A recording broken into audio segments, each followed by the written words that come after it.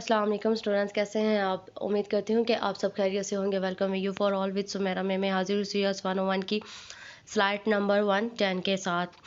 Last हमारी slide में हम लोगों ने स्टार्ट किया था प्रोग्रामिंग लैंग्वेजेस, और इसमें हम लोगों ने प्रोग्रामिंग लैंग्वेजेस को पढ़ा था इनकी जनरेशन्स के अकॉर्डिंग, और हमने फर्स्ट जनरेशन्स को कवर किया था। और आज हम लोग पढ़ेंगे कंप्यूटर्स की जो लैंग्वेजेस हैं इसकी जनरेशन्स।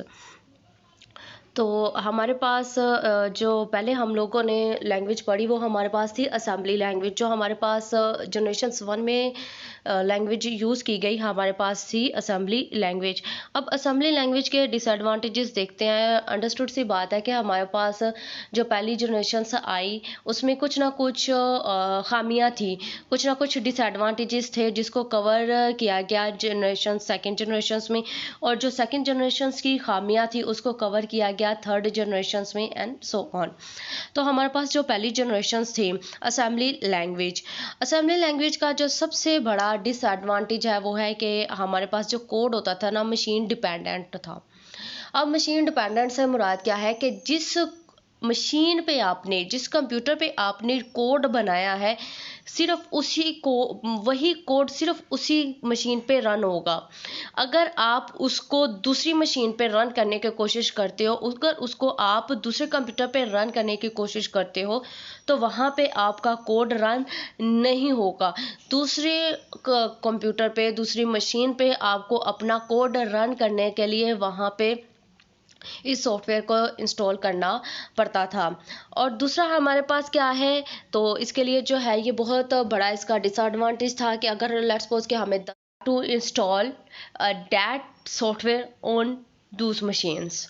नेक्स्ट हमारे पास इसका जो डिसएडवांटेज क्या है, force to think in small increment steps. अब हम लोगों को क्या है कि अपने एक स्टेप को परफॉर्म करने के लिए दूसरे स्टेप्स के साथ बाउंड होता था। लेट्स सपोज कि अगर आपके पास 5 आपके पास स्टेप्स है और कुछ 5 स्टेप्स हैं जो इसके साथ इंक्रीज करके, और इससे क्या बेनिफिट, इसका क्या डिसएडवांटेज होता था, इसका डिसएडवांटेज ये है कि आपका जो कोड है वो लेंथी हो जाता था।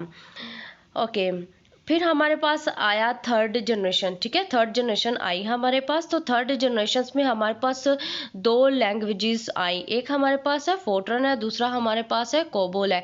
Fortran stand for formula translator and COBOL stand for common business oriented languages. और ये हमारे पास क्या है, ये हमारे पास इनका मेन एडवांटेज ये है कि ये मशीन इंडिपेंडेंट है। अगर आप इसके कोड को एक कंप्यूटर पे बनाते हो तो आप दूसरे कंप्यूटर पे इजीली इसको रन कर सकते हो। आपका कंप्यूटर, आपकी मशीन इसको जो है कोऑपरेट करेगी। हमारे पास ये कुछ आप लोगों को अर्ली कंप्यूटर्स की, अर्ली जनरेशन्स की, अर्ली प्रोग्राम लैंग्वेजेस की एग्जांपल दी गई है कि इस तरह से आप लोगों का जो है इंस्ट्रक्शंस होती थी, ये एक दूसरे के साथ बाउंड होती थी।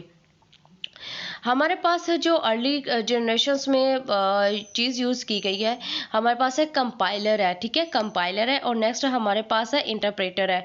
अब हमारे पास कंपाइलर क्या है और इंटरप्रेटर क्या है, इसमें मैं आप लोगों को बता दूं। कंपाइलर हमारे पास, ये दोनों हमारे पास ट्रांसलेटर है। असेंबलर भी हमारे पास ट्रांसलेटर है, कंपाइलर है, इंटरप्रेटर आर आल्सो ट्रांसलेटर। ये तीनों ट्रांसलेटर्स क्या करते हैं, ये हमारी हाई लेवल लैंग्वेज को ट्रांसलेट कर देते हैं मशीन लैंग्वेज में। ठीक है, और हमारे पास जो है असेंबलर है, ये असेंबली लैंग्वेज के लिए यूज़ होता है। कंपाइलर यूज़ होता है सी लैंग्वेज के लिए, और इंटरप्रेटर हमारे पास यूज़ होता है GW बेसिक के लिए। अब कंपाइलर क्या है, कंपाइलर एक वक्त में पूरे पैराग्राफ को पढ़ता है, और जो पैराग्राफ होता है ये होता है हाई लेवल लैंग्वेज में। हाई लेवल लैंग्वेज होती है हमारे पास ABC लाइक वर्ड्स में, जिसको इंसान समझ सकते हैं, जिसको हम लोग इजीली अंडरस्टैंड कर सकते हैं। कंपाइलर क्या करेगा, पूरे के पूरे पैराग्राफ को पकड़ेगा और इसको ट्रांसलेट कर देगा। ठीक है, इसको ट्रांसलेट कर देगा हाई से लो में। अब इसने देखा कि हमारे प्रोग्राम में कुछ मिस्टेक्स है, तो क्या करेगा, उन मिस्टेक्स को हाईलाइट कर देगा। पूरे पैराग्राफ के अंदर जो भी मिस्टेक्स होंगी, जो भी आपकी एरर्स होंगी, उनको हाईलाइट कर देगा और कहेगा कि इसको आप पहले क्लियर करो, देन जो है आपको इसका जो भी रिक्वायर्ड रिजल्ट होगा वो मिल जाएगा। इसके बरक्स हमारे पास है इंटरप्रेटर है। इंटरप्रेटर क्या करता है, इंटरप्रेटर भी ट्रांसलेट करता है, लेकिन इंटरप्रेटर क्या करता है, एक लाइन को पकड़ता है और उसको ट्रांसलेट करता है, फिर दूसरी लाइन को, फिर तीसरी लाइन को, फिर चौथी लाइन को, सो ऑन। अब इंटरप्रेटर क्या है कि इंटरप्रेटर ने देखा कि जहाँ पे हमारे पास लाइन में ड्यूरिंग ट्रांसलेशंस एक एरर आया है, तो उस एरर को वहाँ पे ही इसने ट्रांसलेशन को स्टॉप कर देना है और कहेगा जब तक इस आप एरर को सही नहीं करते हो मैं आगे ट्रांसलेशन नहीं करूँगा। तो हमारे पास क्या है, कंपाइलर जो है, कंपाइलर हमारे पास फास्ट है, इंटरप्रेटर हमारे पास स्लो है। ठीक है, दोनों हमारे पास तीनों असेंबलर, कंपाइलर और इंटरप्रेटर, और हमारे पास क्या है, ये हमारे पास ट्रांसलेटर है और ये ट्रांसलेट करते हैं हमारे पास लैंग्वेजेस को इनटू लो लैंग्वेज, ताकि कंप्यूटर जो है इसको इजीली अंडरस्टैंड कर सके। नेक्स्ट है हमारे पास है natural languages and formal languages. इस दोनों में आप लोगों ने डिफरेंस करना है।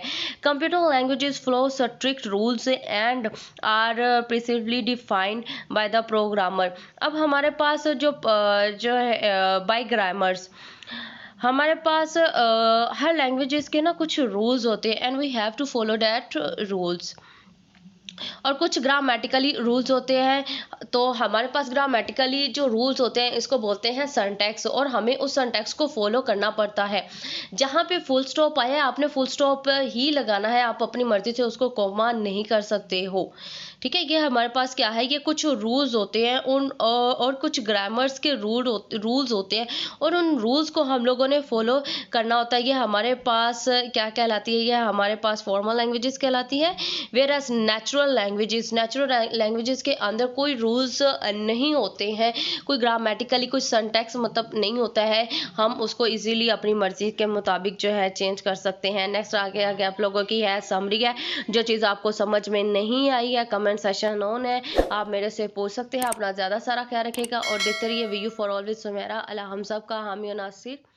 अल्लाह हाफिज़।